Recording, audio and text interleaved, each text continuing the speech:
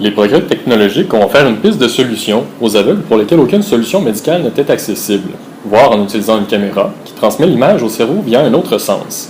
Cette technique fait partie d'un éventail de possibilités qu'on appelle la substitution sensorielle. Souvent, une personne aveugle ne perd pas la capacité de voir, mais bien celle de transmettre les signaux sensoriels de la rétine au cerveau. Donc, les systèmes utilisés dans la substitution sensorielle transforment des stimuli propres à une modalité sensorielle, par exemple la vision, en des stimuli d'une autre modalité, par exemple le toucher. Le but est de véhiculer artificiellement de l'information sensorielle spécifique à un sens via une modalité différente, contournant ainsi l'incapacité de la personne aveugle. Il existe de nombreux types de substitutions sensorielles différents. Il existe des dispositifs de perception tactile, visuo-auditive, visuo-tactile, proprioceptive et visuo-haptique. Le Voice est un système de conversion visuo-auditive. Ce système convertit des images captées par caméra en motifs sonores. Le son produit est complexe. Il varie en fonction de la position et de la luminosité des pixels. La position sur l'axe vertical du pixel est représentée par la fréquence et c'est la luminosité en intensité sonore. Cet outil peut servir au déplacement, à la localisation et à la reconnaissance d'objets dans un environnement en 3 dimensions. Voici un exemple d'image convertie en son. Les systèmes visuotactiles convertissent l'image en vibrations ou petits chocs électriques sur la peau. Par exemple, le TDU consiste en des électrodes placées sous la langue qui produisent des picotements pour communiquer l'information captée par caméra. Nous cherchons à répondre à la question « Dans quelle mesure la substitution sensorielle remplace-t-elle la vision ?» Autrement dit, pouvons-nous vraiment voir avec notre peau, notre langue ou nos oreilles?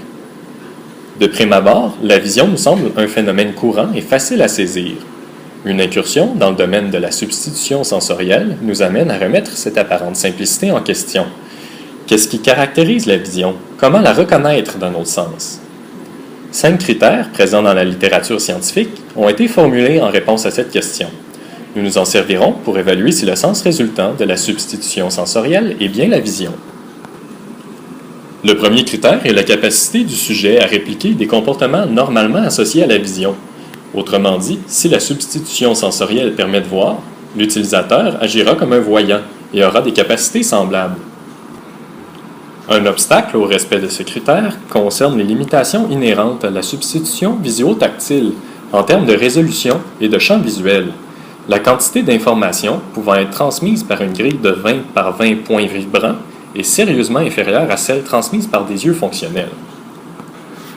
Un deuxième obstacle s'impose du côté des appareils de substitution visuo-auditive. La quantité d'informations transmises n'est théoriquement pas limitée par l'appareil lui-même. Ce sont les utilisateurs qui peinent à la comprendre.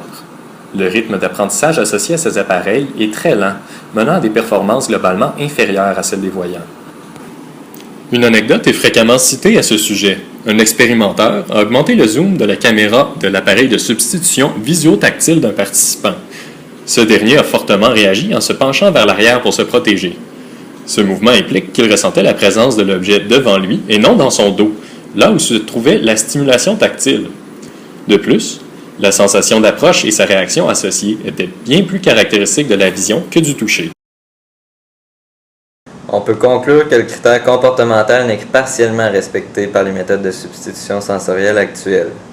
Les utilisateurs peuvent répliquer certains comportements associés à la vision, mais souvent à des degrés moindres qu'une vision régulière.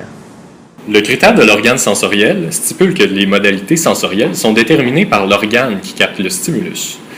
Il implique que seuls des yeux permettent la vision. Vous comprendrez que selon les adeptes de ce critère, la substitution sensorielle ne peut pas produire la vision, puisque l'organe sensoriel stimulé reste la peau, la langue ou l'oreille. Pour mieux illustrer ce critère, on peut utiliser l'exemple d'une stimulation électrique des récepteurs de la douleur. Bien qu'on ressente l'électricité, nous n'avons pas pour autant de sens électrique. Ce critère peut même être appuyé par de la neurobiologie.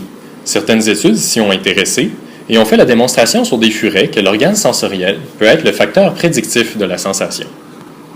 Des chercheurs ont effectué sur des furets une série de lésions cérébrales qui a affecté le trajet de l'information visuelle.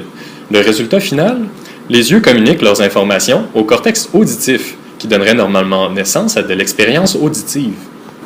Ils ont fait la démonstration que le cortex auditif permet de donner des caractéristiques visuelles à cette information, comme par exemple l'orientation et l'organisation spatiale. Une expérience sur des furets dont seul un hémisphère était modifié a permis d'y répondre. Les furets pouvaient reconnaître un signal lumineux avec un hémisphère, même si seulement l'autre hémisphère l'avait capté auparavant. Comme quoi, la modalité sensorielle perçue découle bien de l'organe qui capte le stimulus physique, même en dépit de l'aire cérébrale recrutée. En fonction du critère de l'organe sensoriel, on peut affirmer que la substitution sensorielle, dans ce cas, ne peut pas donner lieu à une expérience de vision. En fonction du critère sensorimoteur, ce n'est ni l'organe sensoriel, ni le cerveau, ni le stimulus sensoriel qui définit le sens, mais plutôt l'interaction entre l'organisme et son environnement. Prenons l'exemple de la vision et de l'audition. Quelqu'un se situe devant moi et me parle. Je le vois et je l'entends. Si je mets mes mains devant moi, je ne le vois plus, mais je l'entends quand même parler. Si je place une pièce de monnaie à différents angles et différentes distances, la taille et la forme peuvent sembler varier, mais au toucher, je n'aurai pas cette illusion. Pour faire l'expérience de la vision, il faut donc interagir avec l'environnement selon le patron d'interaction caractéristique de la vision. Par exemple, dans le cas de la substitution visuotactile, lorsqu'un objet s'approche, il prend plus de place sur la surface réceptive, ce qui reproduit l'impression de rapprochement liée à l'augmentation de la taille d'un objet dans le champ visuel. Il est reconnu que le sujet doit lui-même manipuler la caméra pour avoir la perception que les objets observés se situent dans l'espace autour de lui. En pouvant manipuler la caméra, le participant peut recréer les interactions sensorimotrices liées au déplacement des yeux dans l'espace et se rapprocher de l'expérience de la vision. Il faut admettre que tous les aspects de la vision ne sont pas substitués par les technologies.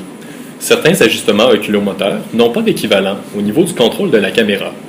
De plus, aucune méthode actuelle ne permet de répliquer les interactions spécifiques à la vision binoculaire. On peut donc dire que les méthodes actuelles ne répondent qu'en partie aux critères sensorimoteurs. Seulement certaines interactions caractéristiques de la vision ont pu être démontrées. Le critère neurophysiologique stipule qu'un sens peut être identifié par l'aire cérébrale qu'il utilise. Donc, si l'aire visuelle du cerveau est utilisée, le sens sollicité est bien la vision. Des études utilisant l'imagerie par PET scan ont exploré ce critère. Une d'entre elles impliquait des participants voyants aux yeux bandés et des aveugles précoces, entraînés et évalués à la reconnaissance de figures géométriques à l'aide d'appareils visuo-auditifs.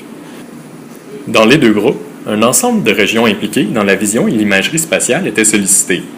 Cependant, l'aire de Brodmann 18, une aire du lobe occipital impliquée dans l'association visuelle, n'était utilisée que par les aveugles précoces. De plus, lorsque cette aire était inhibée par stimulation magnétique transcrânienne, les aveugles performaient moins bien à la tâche. L'activité particulière de cette région cérébrale chez les aveugles représentait donc une utilisation fonctionnelle de cette aire visuelle. Les résultats présents dans la littérature suggèrent également que la cécité suppose une réorganisation du cerveau qui favorise leur utilisation.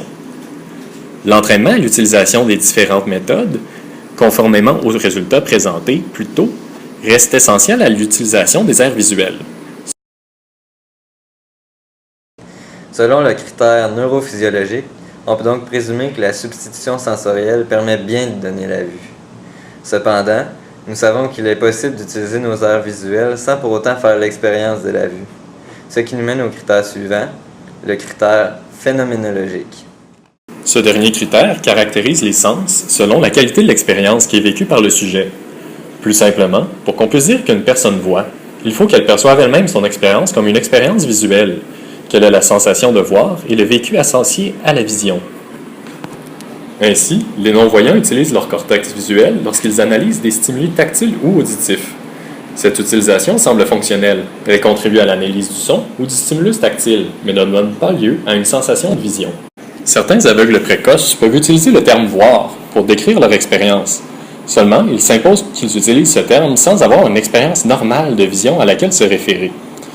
Ce mot nous révèle tout de même qu'ils font une expérience qui n'est plus simplement tactile ou auditive et qui se rapproche de l'idée qu'ils se font de la vision.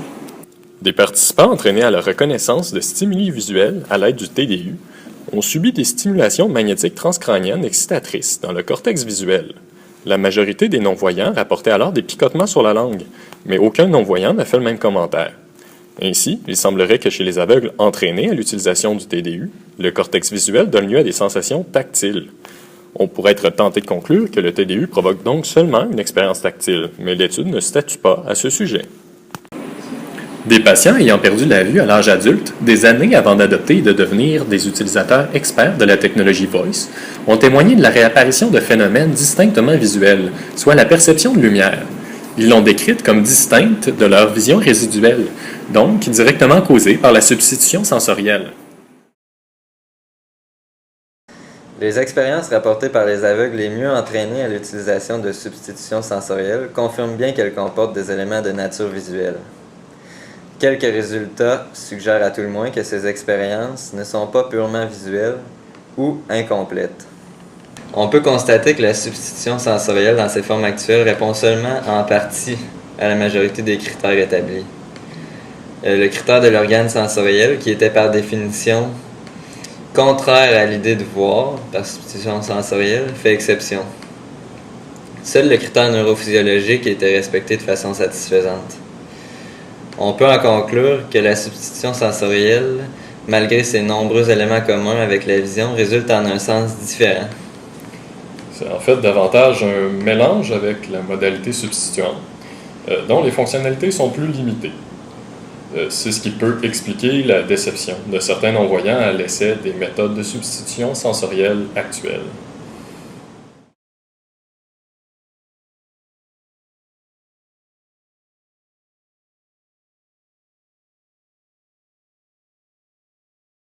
Created using Powtoon.